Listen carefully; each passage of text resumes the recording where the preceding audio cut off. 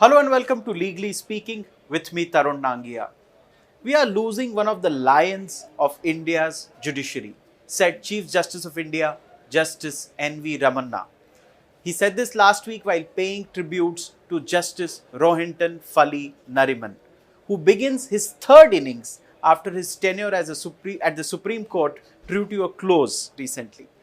Solicitor General Tushar Mehta said that Justice Nariman was the first ever counsel that he briefed in the Supreme Court and praised Justice Nariman for his integrity and exceptional brilliance on varied subjects such as religion and constitution. Today, we will take you to the other side of Justice Nariman. Not, of course, his judgments have been discussed, and a lot of what he did in the courts and the cases he argued in his career as a lawyer have been known. But what is the other side of his life? His hobbies, what he likes to read, and so many other things about him. That we'll get to know today from people, from lawyers, from his friends who've known him for years. So let's take you to a journey into the life of Justice Rohinton Nariman. Now we'll talk to Fredul Divitri, who knows Justice Nariman from long years. How long, even I'm not aware. So let's talk to him and find out. Welcome, Fredul, to our show. Since you know this is a tribute to Justice Nariman, for you he may be Rohinton because I'm told he knows you for long years. What is your earliest memory of Mr. Rohinton Nariman? Well, the earliest memory perhaps will go back to the time when he was ordained a priest in the Agyari at Bandra, where I reside. And that was many years ago when he was probably around 9 or 10. And although I was not present at the actual ceremony where he was ordained, my wife, my family were all there. Well, she was not my wife then, we were all kids then. But it goes back to when he was a kid.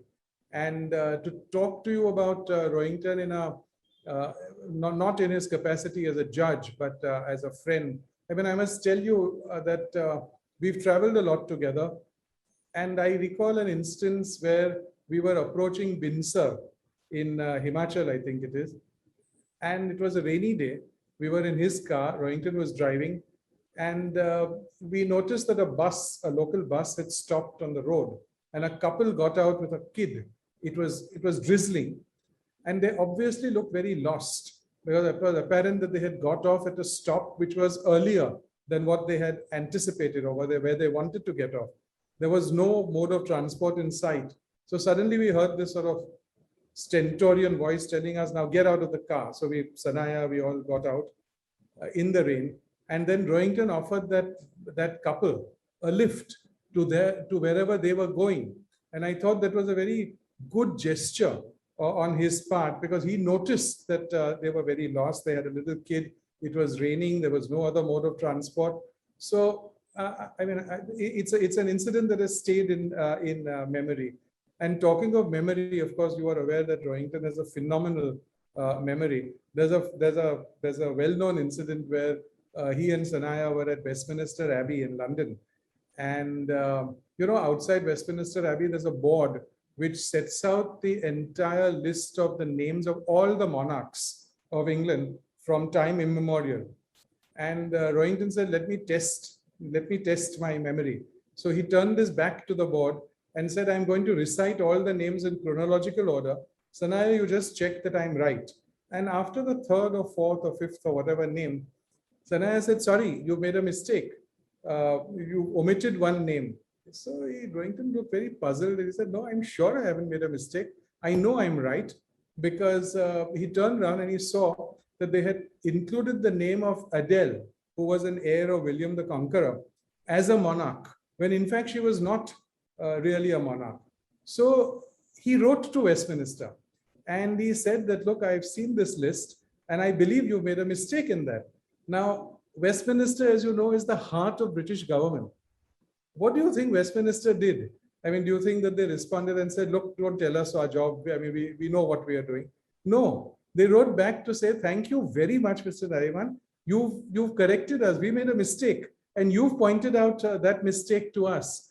So again, I mean, that's the kind of person he is. And apart from sort of his varied interests, he's somebody, this is a little known fact, he's somebody who's very good as a handyman at home. I mean, you have any electrical problem, you have any plumbing problem, Rohinton will attend to it in a jiff. You assign it to somebody and you think that that guy is not doing his job well, the right person to check with is Rohinton, because he knows exactly what is happening. And he's a phenomenal mimic.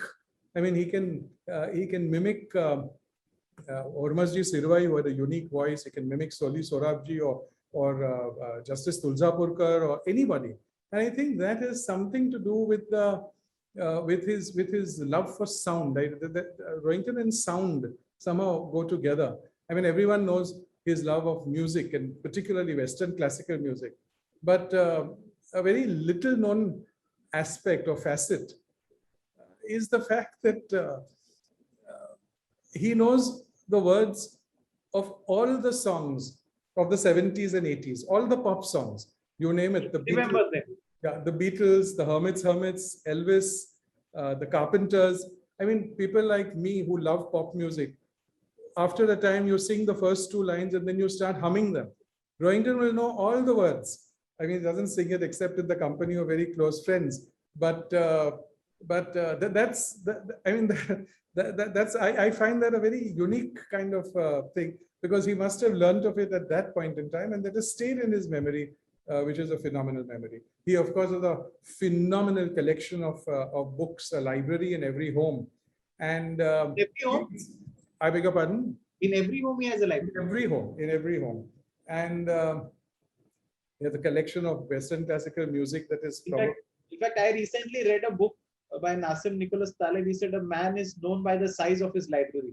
Yes, and I'm sorry, it's not just a library. Many of us have books. Many of us intend to read them. I know for a fact that he has read, if not every one of them, at least about 95% of them. I mean, it's just a matter. Voracious reader?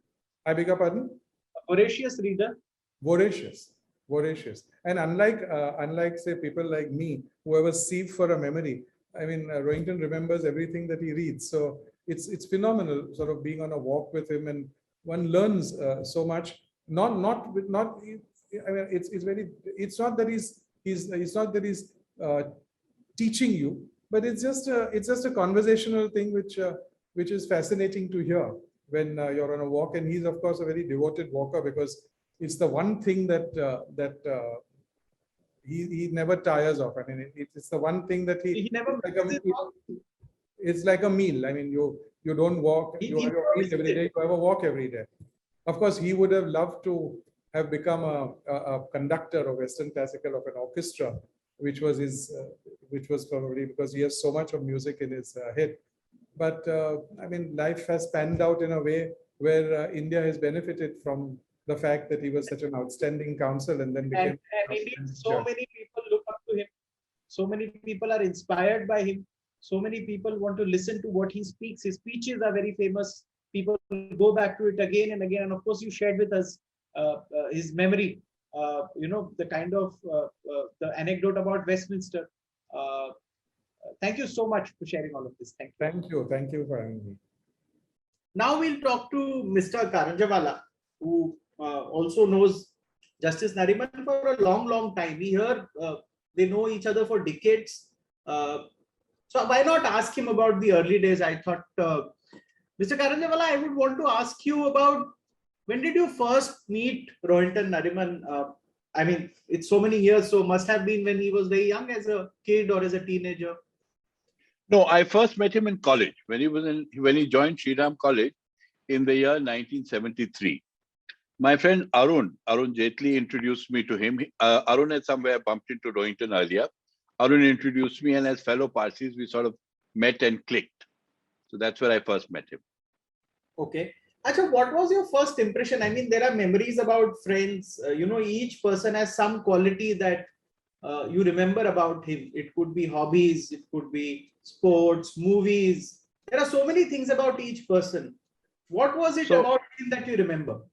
So there was one memory that is distinct in my mind. You see, Rohinton in those days was a portly chap. Fit but sort of squat. And we'd become friends. And one day he said, "Come over home for lunch, Ryan." And I went over to his house. Fali used to live in those days. His father, Fali Nariman, was the additional Solicitor General. He used to live in what is called 7 Safdarjung Lane in those days. So it was a big house, government houses are and all. When I went over, Rohinton said, Ryan, you want to play cricket? So I said, sure. Now, I was not much of a player, but I said, chalo, we'll tap along. So he came, brought a bat, ball, and I could hear Fali somewhere in the background. He said, what are you doing, Baba? I said, I'm going to play cricket.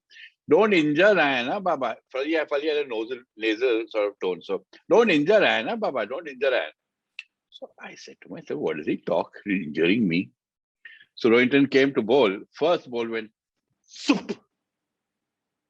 Just looked at it, Then again, second ball, again, just sped past. Like, the West Indian bowlers in those days must have gone. I just put the bat down and said, no, we'll stop playing. So that was my first recollection of him when I got to know him. So that's all.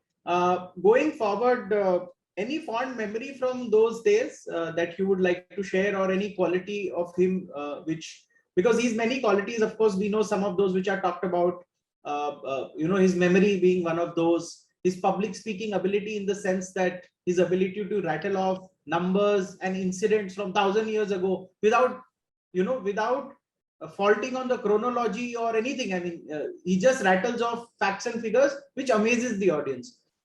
So I'll share two aspects about his memory, which perhaps people are not so fond of. I mean, so known, which is perhaps not so well known. First, Rohinton's is a trained memory. What do I mean when I say trained? See, Rohinton is a Nawar. A Nawar in our community is a priest. And to become a priest, you have to have two qualifications. One is either your father or your grandfather should have been a priest. So while Fali wasn't, Rohinton's grandfather was. So Rohinton was qualified to take the exam of a Nawar. Second, to become a Nawar, you have to take an exam, which means that you have to spend weeks and weeks in our Agyaris, that is our fire temples. Rohinton went as a little boy, stayed there. And they make you learn by rote large volume of prayers, which are in a language you don't understand. So it's really a test and skill and a training for memory. And many of the Nawars have had exceptional memories. For example, in the legal profession, Jamshedji Kanga, the famous Jamshedji Kanga, was a Nawar. H.M. Sirvai, with his prodigious memory of constitutional law, was a Nawar. And Rohinton is a Nawar. So This is something that, stands out about his memory. He has an exceptional memory. The second thing about Rohinton is that his real memory, of course, he knows the case law and he knows literature and all the rest of it, but his real memory is in music. Rohinton has in his head memorized at least 4,000 to 6,000 hours of music.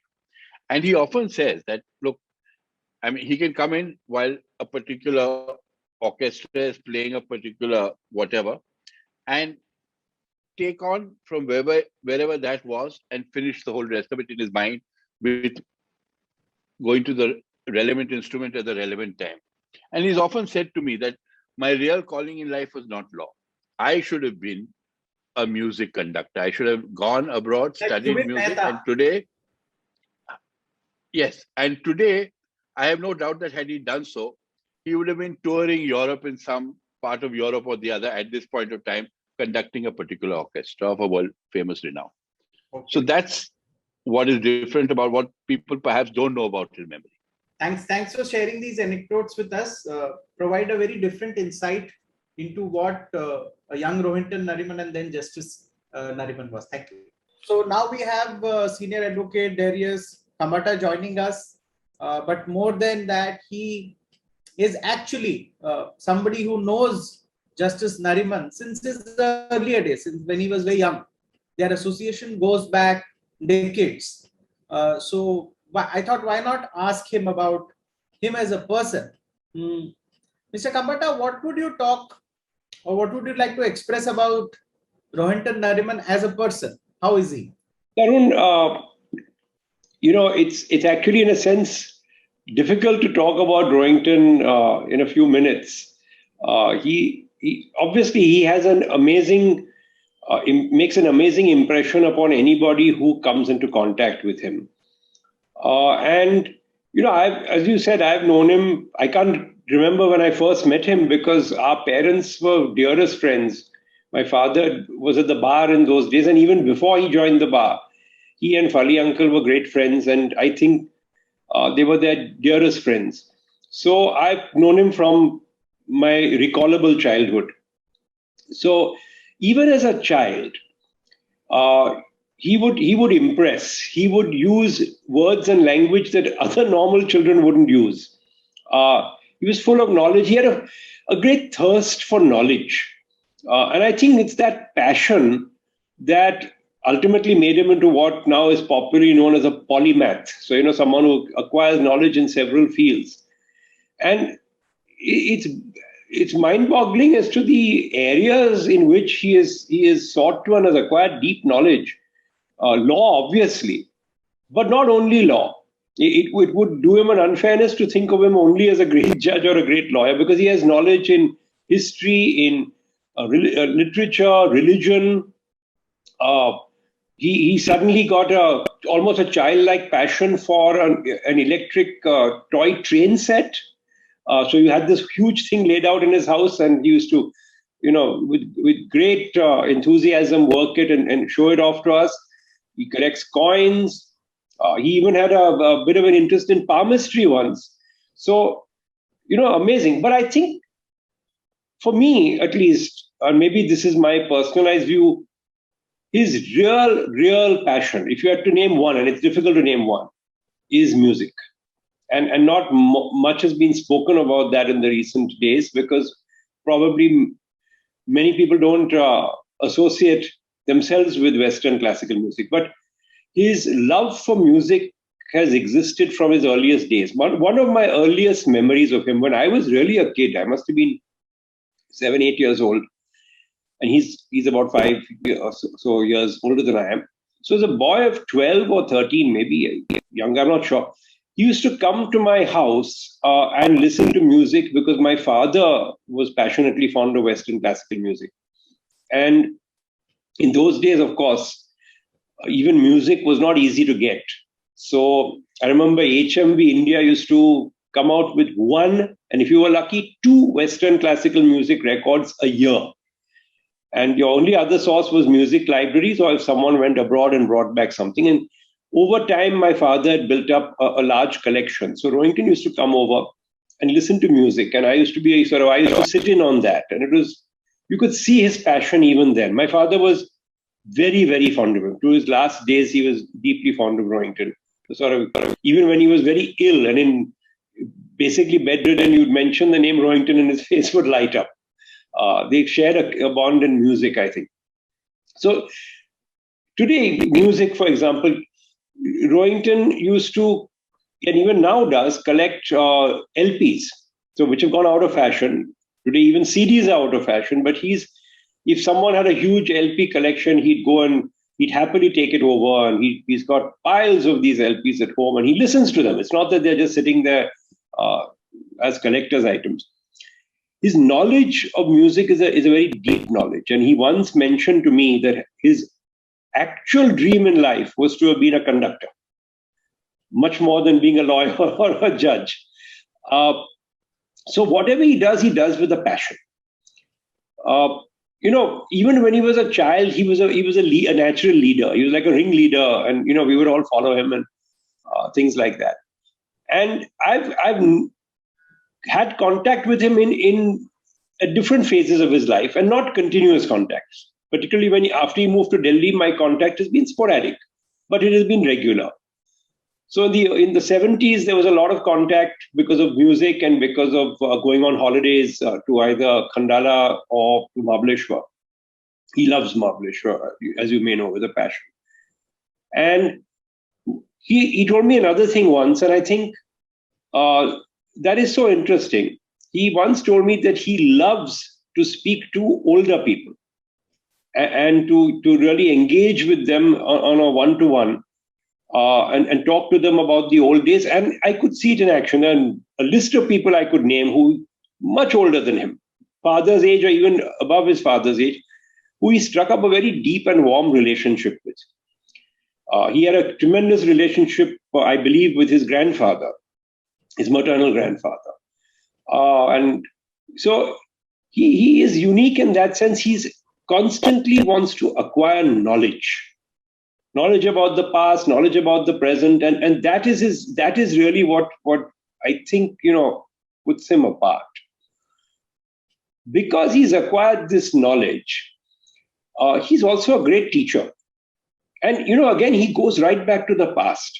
He is probably one of the last few practitioners of the oral tradition. I'm now going back to antiquity. You go back to the Ramayana, Mahabharata, Iliad, Odyssey. These were all oral tradition works. They passed from generation to generation just because people spoke them and the next generation memorized them and so on. And they were not written down in those days. They got written down much later.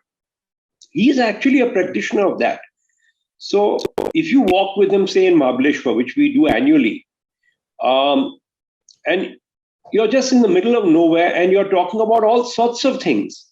And it's amazing the gems that he can come up with, and they stick in your mind much more than if you read them in a book. So I think one of the things he should be doing now is teaching, and not only law. He's really also a master of religions. I don't know much about religion, so I can't judge him except to see that his works are very impressive and they seem to make a lot of sense and they're very well researched. But if I apply the same standards to his knowledge of music and his knowledge of history, then it must be an amazing knowledge, because I can test him on music and history, and I can tell you it's amongst probably the best knowledge that I've come across in my lifetime. So, he's a very precious commodity, and as I described him as a national treasure, but I do mean that. I think our country has to use him in some capacity, So there's so much I can say about him. He's had a great influence on my life. You want me to go on, or shall I stop? No, but what you shared a lot, and I would like to thank you for sharing these interesting insights to his personality. But indeed, a 30-second comment would be valuable, that they don't make people like him. People of his character, his kind of knowledge, his kind of insight into things. You must come across very few people like him in your life. Very few people of his caliber. Very few, and I think it tells you something about modernity itself. He's really a man who would have been in his element in the Renaissance, even in the 19th century, when people did more than just their profession. Today, things have become so specialized that people are just doing the profession they practice. Even within the profession, they just do specific types of legal work. And I think a lot of value actually is lost in that. We've become over-specialized. And I think it adds value to human beings. It adds value to society to have more people who are interested in more things. You don't have to be interested at his level. Obviously, he's gifted with a prodigious memory. That's a huge asset he has. But merely because you're not gifted with a great memory like his doesn't mean that you shouldn't interest or engage yourself with various fields and walks of the arts and humanities. It's so important. And I've always felt that an engagement or a passion for the arts and humanities definitely helps you in your profession. It certainly, for me, music, history has helped me immeasurably in my profession. So he should be an example to a lot of our young lawyers and other citizens as well. Thank you. Thank you so much for sharing this valuable insight into the inner world of Justice Nariman. I'm sure everybody watching this would have loved to know the very interesting insights into his personality that you shared with us. Thank you. Thank you.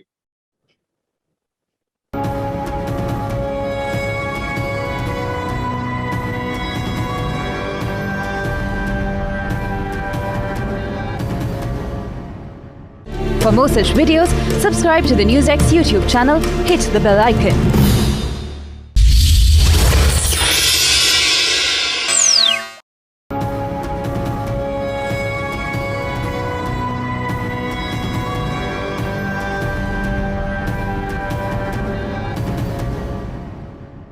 and welcome to Legally Speaking with me, Tarun Nangia. This is the part 2 of the unknown Justice Nariman. This talks about anecdotes about Justice Rohinton Nariman that a lot of us wouldn't know, but otherwise for his people who know him from so many years, talking about him and the anecdotes that they share with us are truly invaluable. I would urge you to watch this and know more about the interesting aspect of the life of Justice Rohinton Nariman. And now I'll welcome Senior Advocate Dr. Abhishek Manu Singhvi. As we all know, Dr. Singhvi is a 3-time sitting member of Parliament, Senior Advocate. He is also served as the Additional Solicitor General of India. He's an eminent jurist. So thank you so much for joining us. And you have known Justice Nariman from a long, long time. And at this juncture, when we're doing such a show, could you share a few words with us on the man? Thank you, Tarun. You know, you've heard, all of us have experienced things like his eidetic memory, the fact that he's a Renaissance man and has a grasp of a Renaissance man's grasp of diverse subjects, his stentorian oratory, his mastery of every case he heard as a lawyer, he argued as a lawyer or judged as a judge. But I would like to just highlight 4 or 5 aspects, a little slightly different. First is that he's a very good human being, open, transparent, and very enveloping after you get over the initial, somewhat forbidding exterior. He's actually a warm person, though that might not seem like that when you actually get to know him first. Second, he has a very heightened and a big and a good sense and a great sense of right and wrong. And I think this, along with this phenomenal memory, can be traced or attached to his priesthood at an early age. His sense of right and wrong is firm, and that's, I think, a great anchor for him.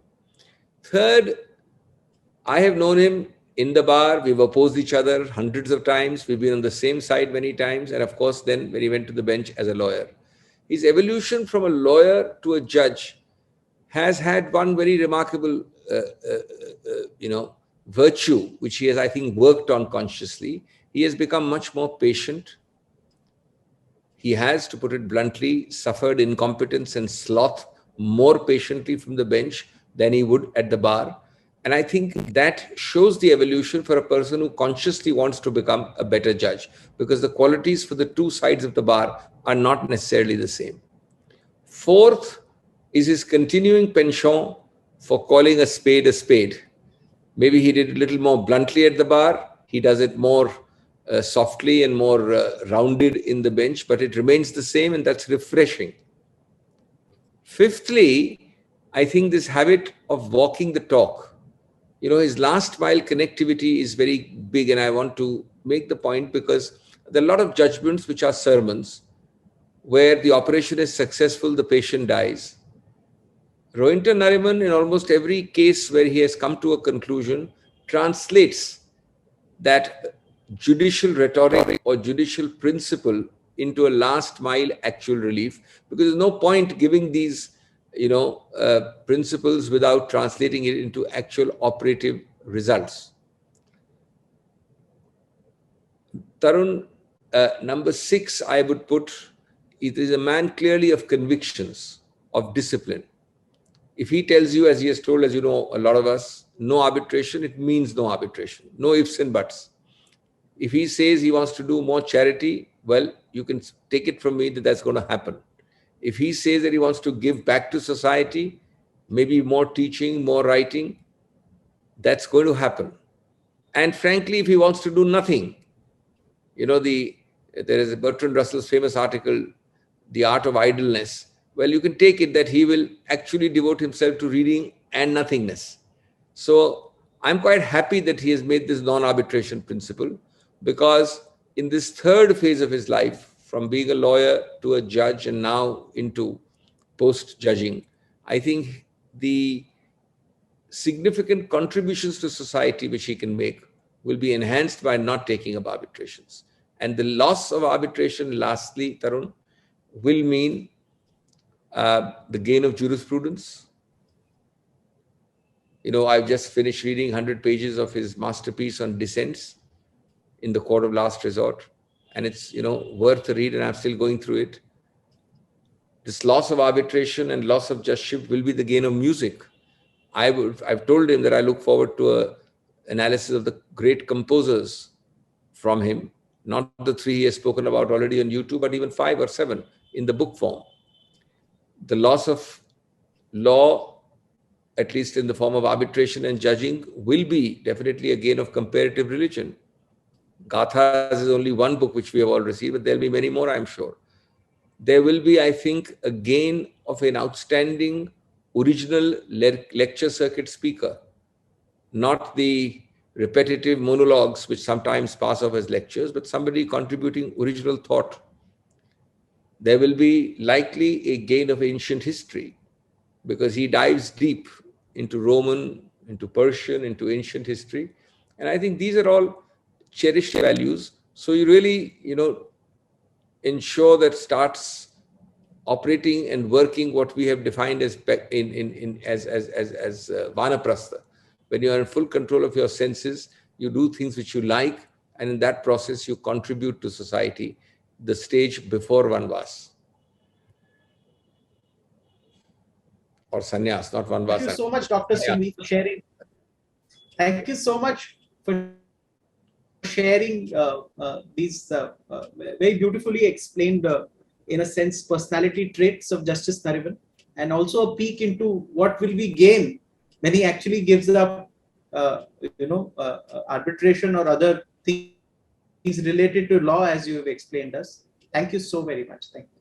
Thank you. Now we'll talk to Mr. Sumit Kachwaha. He's a very, very well-known arbitrator, India as well as internationally. Many of you watching the show must also be knowing him. And he also happens to be a friend of the Narimans from decades now. So we thought, why not request him to delve into his memory and share with us some good, beautiful anecdotes about Justice Nariman and Ma'am Sanaya Nariman. Sir, if you could share with me, you were introduced to Justice Nariman when he was a young Rohinton Nariman in law faculty, when you were in college together. Could you share any anecdote that you remember about him, his quality, or anything like that? Yeah, sure, certainly. We were together. Thank you, Tarun. We were together from 1976 to 79. No, my law faculty days were some of the happiest days of our lives.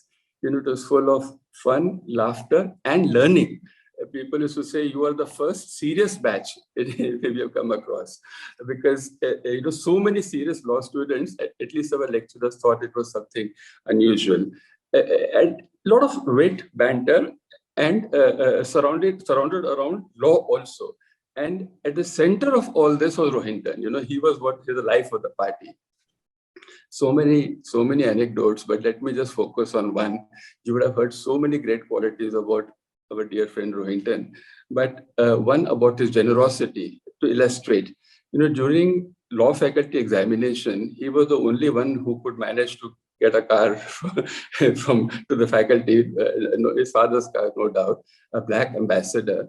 And after exam, he would volunteer to drop everyone. Now, mind you, the background to this is that no one studied for law faculty examinations except in those 1 or 2 days gaps. So you have one exam and then 2-day gaps. So everyone is in a tearing rush to get back home and start working. And therefore, we would hitch a ride from Rohinton. God knows how many of us would manage to cram into. He never said no to anyone, whether they were close to him or not so close to him. Now, here comes the remarkable part. He would insist on dropping everyone right at their home, or as close as he could, because in somewhere in those gullies of Chandni Chowk who could not be, but as close. And it was not a linear line. The route would roughly be like Red Fort, Dholakua, Sabdarjung Enclave, where I stayed. And I would say, Rohinton, doesn't matter, you can drop me anywhere. He said, no way. And if you please, from enclave sometimes to South Extension, and then to Hoskas very state.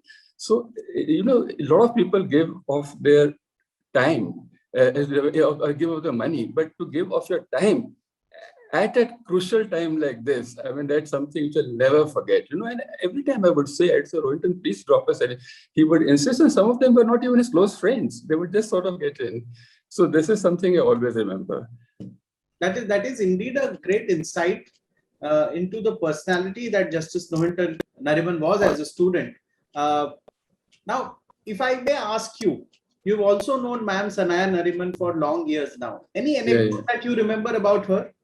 Yeah. And everyone, most people who know Rohinton also know Sanaya.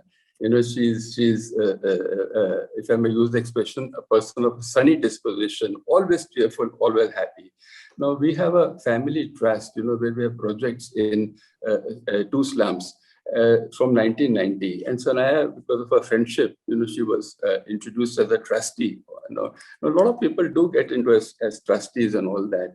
But this was not a decorative position which Sanaya ever held. She was absolutely hands-on and like a grassroots worker, because we are also grassroots. I'll tell you 2 or 3 things she did for us. She did, of course, much more. Because being a PhD in education, she set the syllabus for her program, borrowing from Bangladesh, the non-formal education program. So that was. Then she would hold training classes, go to the slums and have a training class with each and every teacher. And I attended one of those sessions, and it was not just something light. And, she would make sure everyone pays attention. And if she suspects someone not paying attention, that person would be subjected to a little. And I was at the receiving end once, so I can tell you. So no, the trustees are not exempted. Founding trustees also not exempted. And then very recently, she did something marvelous for us. So, because we really wanted to introduce English teaching for our slum children, because that's where they lack. So she found this program, audio-visual program, which is very powerful, because that takes away the hesitation, because you repeat after. In Maharashtra, she got hold of the resource person, managed to get all the CDs, and we started this, and it was a tremendous success, because frankly, even our teachers are not in a position to teach English, but thanks to this, this has taken off. So, they're both very generous with their money, both Rohinton and Sanaya, but giving of their time, as I said, that's what I wanted to talk about. Now, talking of time, I don't know how much time you have for me. If you want, I can give more anecdote. Otherwise, whatever works for you. No, in about 30 seconds, you may share if there is anything that 30 seconds. Okay, fine. One fine day, Rohinton came to my house in Sabzang Enclave, and he wanted to leave very quickly, within 20 minutes. So I said, what's the rush? He said, I promised my dad that I'll have a walk with. I said, but it's raining outside. I lost you. I lost for the rest of my life. Mr. Kachwa, I lost your connection after you said 20 seconds. So Rohinton came to your house and he said he wanted to leave in 20 minutes. Yeah. He came to my... No, when he wanted to leave in 20 minutes. So I said, what's the rush? He said, I want to go. I promised my dad that I'll accompany him for a walk. So I said, but it's raining outside. Where is the question of a walk? And then he told me something which has stayed with me since. He said, my dad is made of sterner stuff. He will take an umbrella and go for a walk. So after that, he says,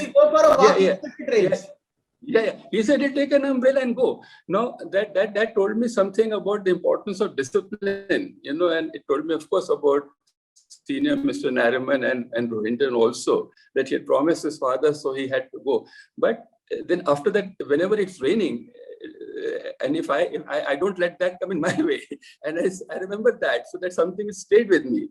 So I think I've taken your time. Thank you very much. But thank you so much. And these anecdotes are a treasure trove, I mean, these things don't come by.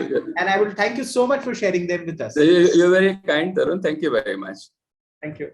I feel singularly honored to have been invited to speak on my truly remarkable friend and versatile judge of judges, Mr. Justice Rohinton Nariman, who hung up his gloves as the second senior-most judge of the Supreme Court of India on 12th August 2021. If we were to turn the pages of the checkered history of the Parsis, we will discover to our immense delight that Rohinton means body of bronze. And according to Echidus, the prodigious ancient Greek writer and dramatist, described as the father of tragedy, bronze is the mirror of the form, wine of the mind. Rohinton was the son of the legendary Kainian king Shah Gostab Shah and was also called Rohinton Aspandir, and Aspandir means brave and courageous.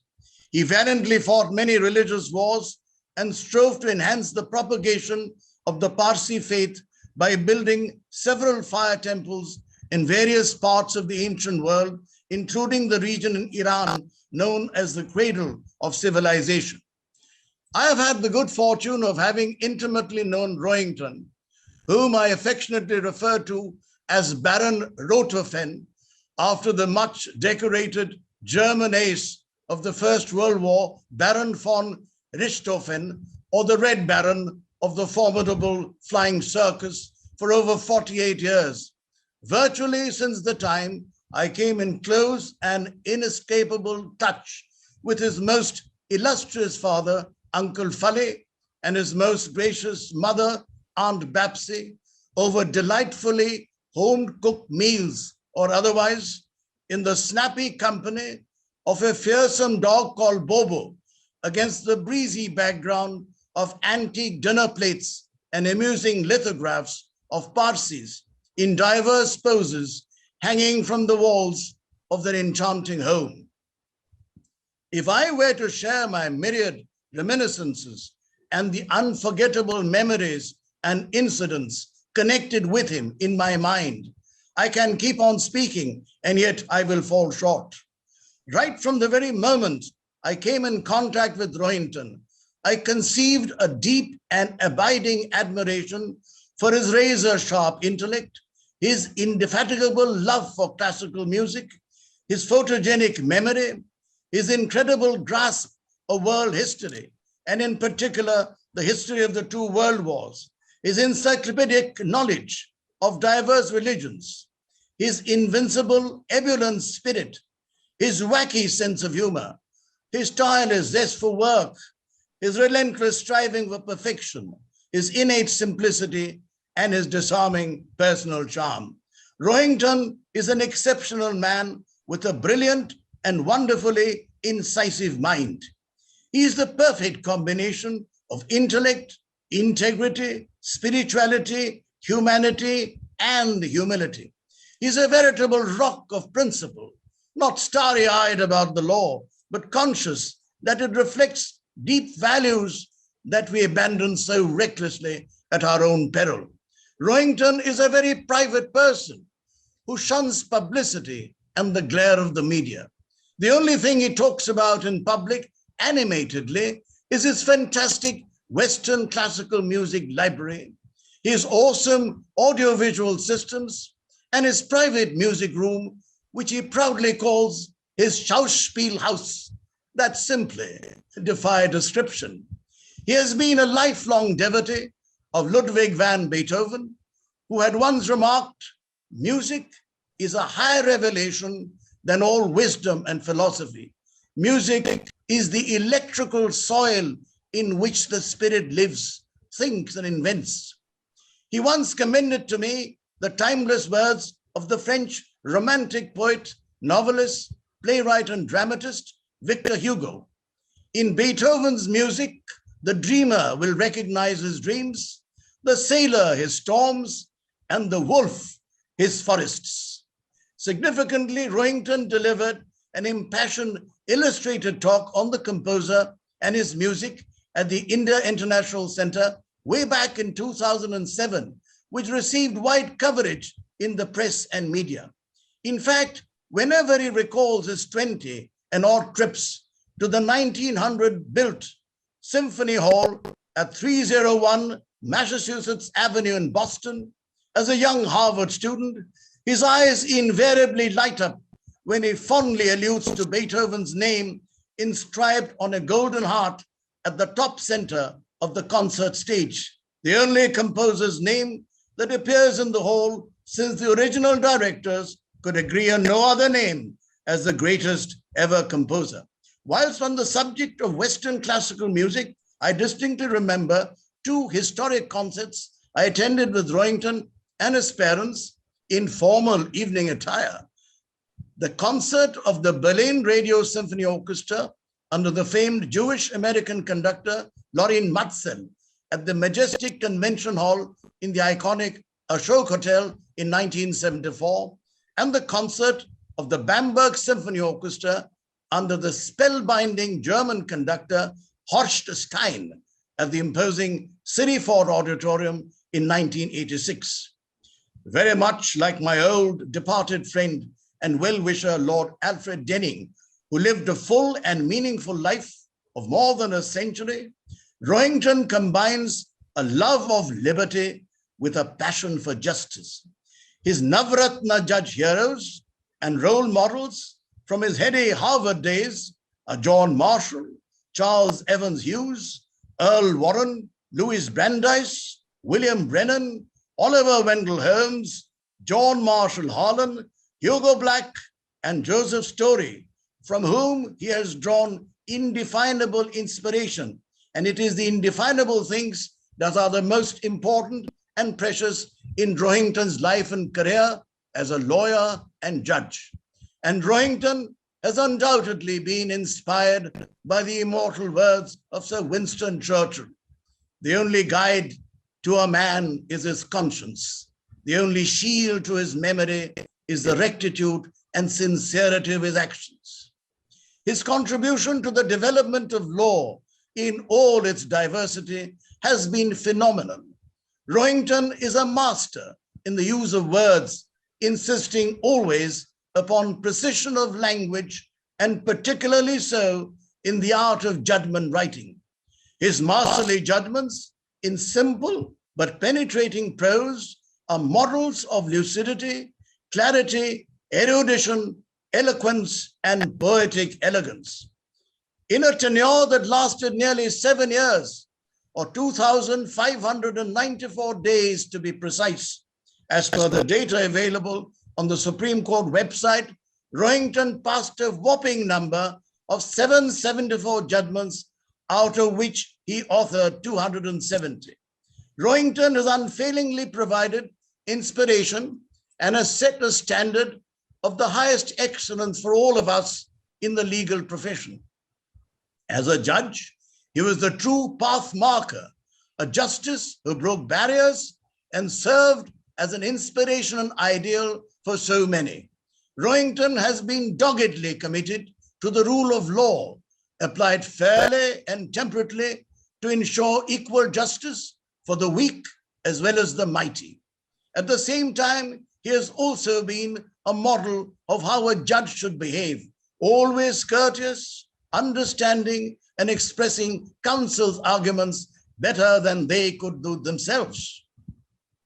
And he possesses a photographic memory, and as aptly observed by the prolific Irish poet and playwright Oscar Wilde, memory is the diary we all carry about with us. I'm never tired of comparing Rohinton's elephantine memory with three great historical personages who are dear to both of us.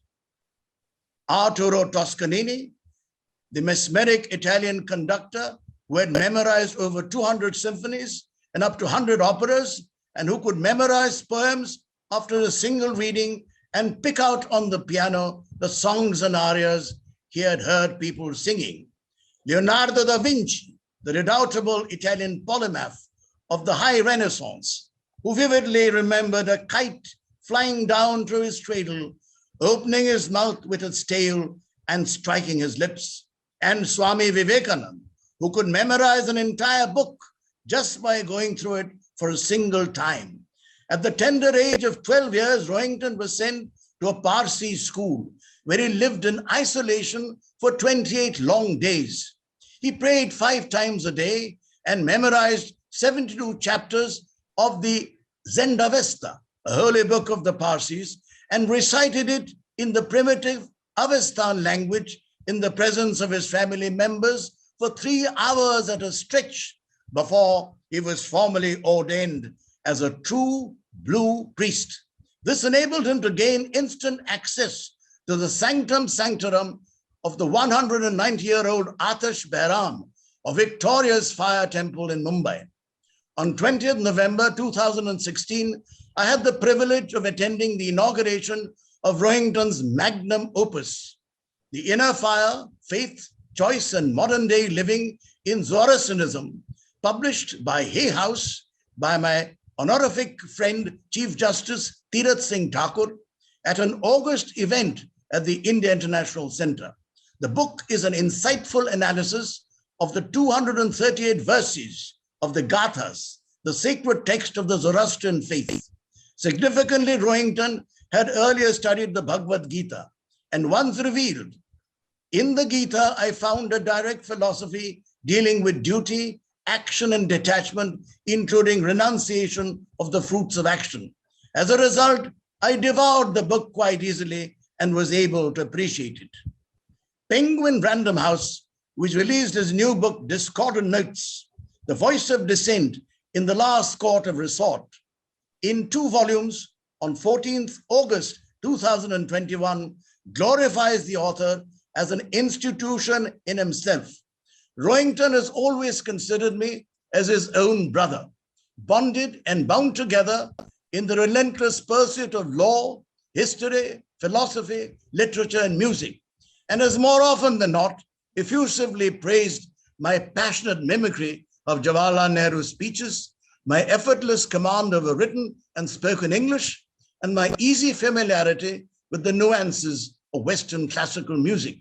In a moment of helpless nostalgia, my mind goes back to February 2009, when I was invited to speak at the House of Lords, London, on global warming at the time of the G20 conference, and was awarded the prestigious Ambassador of Peace Award.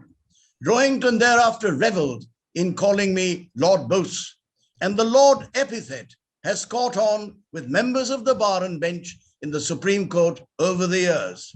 At the very first party hosted in his honor by Huzaifa Ahmadi and other members of the bar on 10th August 2014, after he joined the bench of the Supreme Court within the right royal confines of the BSF club located cheek by jowl with the Humayun's tomb, I assiduously performed the role of the master of ceremonies, attired as an aristocratic English lord in my classic Moss-Brush tailcoat, vintage Lock & Company top hat, and silk Burberry necktie in deference to Rohinton's wishes. On a lighter vein, I must frankly confess that I have always lauded Rohinton's boldness, and here I am irresistibly drawn to the far from bald words of the prolific English poet Matthew Arnold. Bold as the bare mountain tops are bold, with a boldness full of grandeur. It is said that behind every great man, there is a great woman, and not without cause. And behind Rohinton stands his most charming, bestest half, and cheerful ministering angel Sanaya, like the proverbial Rock of Gibraltar. I am highly emboldened to conclude with the exceptionally motivating poem If, penned by the monumental Indian-born English writer, poet, novelist, and Nobel laureate Rudyard Kipling, which, encased in a plain and simple picture frame, greeted Rohinton's clients and friends alike who descended to his Spartan chambers in the basement of E24 Gitanjali enclave and evocably reminded them of Lord Krishna's eternal message of Nishkam Karma to Arjuna in the Bhagavad Gita. If you can keep your head when all about you are losing theirs and blaming it on you, if you can trust yourself when all men doubt you, but make allowance for their doubting too, if you can wait and not be tired by waiting on being lied about, don't deal in lies, or being hated, don't give way to hating, and yet don't look too good nor talk too wise. if you can dream and not make dreams your master, if you can think and not make thoughts your aim, if you can meet with triumph and disaster and treat those two impostors just the same, if you can bear to hear the truth you have spoken, twisted by knaves to make a trap for fools, or watch the things you gave your life to broken, and stoop and build them up with worn-out tools, if you can make one heap of all your winnings and risk it on one turn of pitch and toss, and lose and start again at your beginnings, and never breathe a word about your loss, if you can force your heart and nerve and sinew to serve your turn long after they are gone, and so hold on when there is nothing in you except the will which says to them, hold on. If you can talk with crowds and keep your virtue, or walk with kings, nor lose the common touch, if neither foes nor loving friends can hurt you, if all men count with you, but none too much, if you can fill the unforgiving minute with 60 seconds worth of distance run, yours is the earth and everything that's in it. Thank you very much.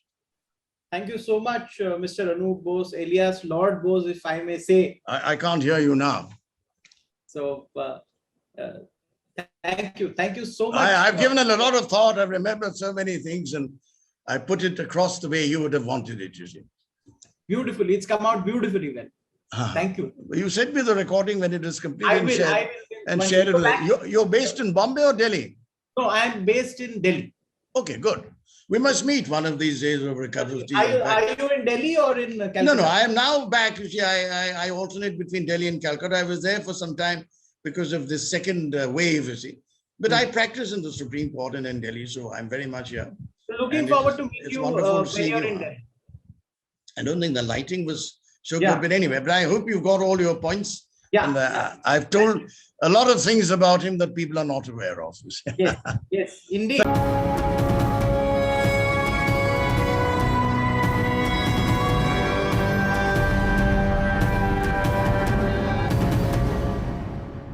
For more such videos, subscribe to the NewsX YouTube channel, hit the bell icon.